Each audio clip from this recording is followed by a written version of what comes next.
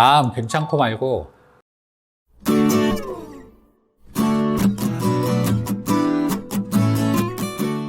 안녕하세요. 닥터 이재순의 암과 면역 이야기입니다. 오늘은 조금 민감한 얘기일 수도 있는데요. 이 면역 치료를 하는 환자분들이 치료하는 데 있어서 주의해야 될 사항들에 대한 이야기를 조금 해볼까 합니다. 앞서 몇 차례 병원에서 이루어지고 있는 여러 면역 항암 치료에 대한 구체적인 기전이나 개개의 장단점 등에 대한 이야기를 해본 적이 있습니다. 실제로 현재 병원에서 이루어지고 있는 면역 항암 치료는 여러 가지가 있지만 대표적인 것으로 몇 가지를 꼽아보자면 자닥신으로 대표되는 사이모신 알파1 치료가 있고요. 암노바나 이스카도로 대표되는 미슬토 치료가 있는 것 같습니다. 이외에도 고농도 비타민 C 치료 등이 현재 이루어지고 있는 주된 면역 항암 치료라고 이야기할 수 있고요.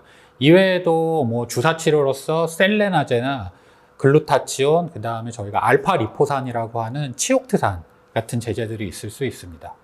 또한 이뮤코텔이라고 하는 면역 항암 주사도 있고요. 본인의 혈액을 이용해서 본인의 면역세포, T세포를 고농축 배양을 해주는 이뮨셀이라고 하는 주사 치료제도 있습니다.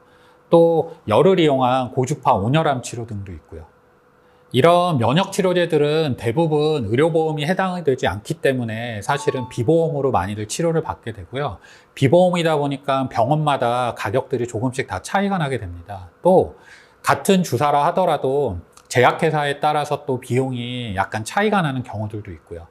따라서 환자분들이나 보호자분들 같은 경우에 이런 면역 치료를 하실 때 믿을 만한 의료진을 찾는 게 먼저 급선무시고, 이외에도 이왕이면 저렴하게 치료를 받을 수 있게 하기 위해서 여러 가지 정보도 교환하시고 발품을 파는 등의 노력을 기울이시는 것 같습니다.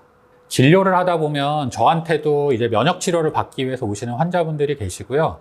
이 환자분들의 이제 면역 치료를 좀 구성을 해드리기 위해서 이전에 받으셨던 혹은 현재 받고 계시는 면역 치료들에 대해서 여쭤보는 경우들이 있습니다.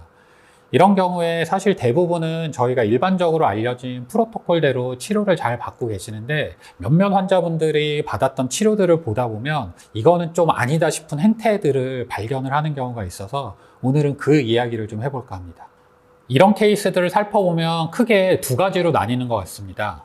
한 가지는 일반적인 다른 병원들에 비해서 너무 좀 터무니없는 가격을 부르는 그런 곳들이 있습니다. 대부분의 경우 이 면역 치료를 받는 환자분들은 실손보험을 갖고 계신 분들이 많아요. 그래서 치료제가 좀 비싸다 하더라도 보험사에서 실손보험으로 청구가 되니까 크게 개의치 않는 경우들이 많아서 이런 식으로 조금 터무니없는 가격을 부르는 곳들이 간혹 있는 것 같고요. 특히나 이제 자닥신으로 알려진 사이모신 알파1이 오리지널인 자닥신과 그 후에 나온 제네릭, 카피약들 간의 가격 차이가 너무 나요. 그래서 사실은 이런 조금 어떻게 보면 환자분들의 혼란을 이용해서 비용을 좀 과하게 받는 곳들이 조금 있는 것 같습니다. 그래서 사실은 이거는 제가 뭐라고 할 수 있는 문제는 아니지만 아쉬운 게, 그렇게 비용 좀 차이가 나게 하시느니 차라리 그 차액만큼 다른 면역 치료를 더 해보시면 좋을 것 같아서 이런 분들을 볼 때마다 그런 아쉬움들이 들곤 합니다. 또 다른 케이스로 필요하지 않은 주사제를 섞어서 세트로 이렇게 처방을 해주시는 그런 케이스들이 있는 것 같습니다.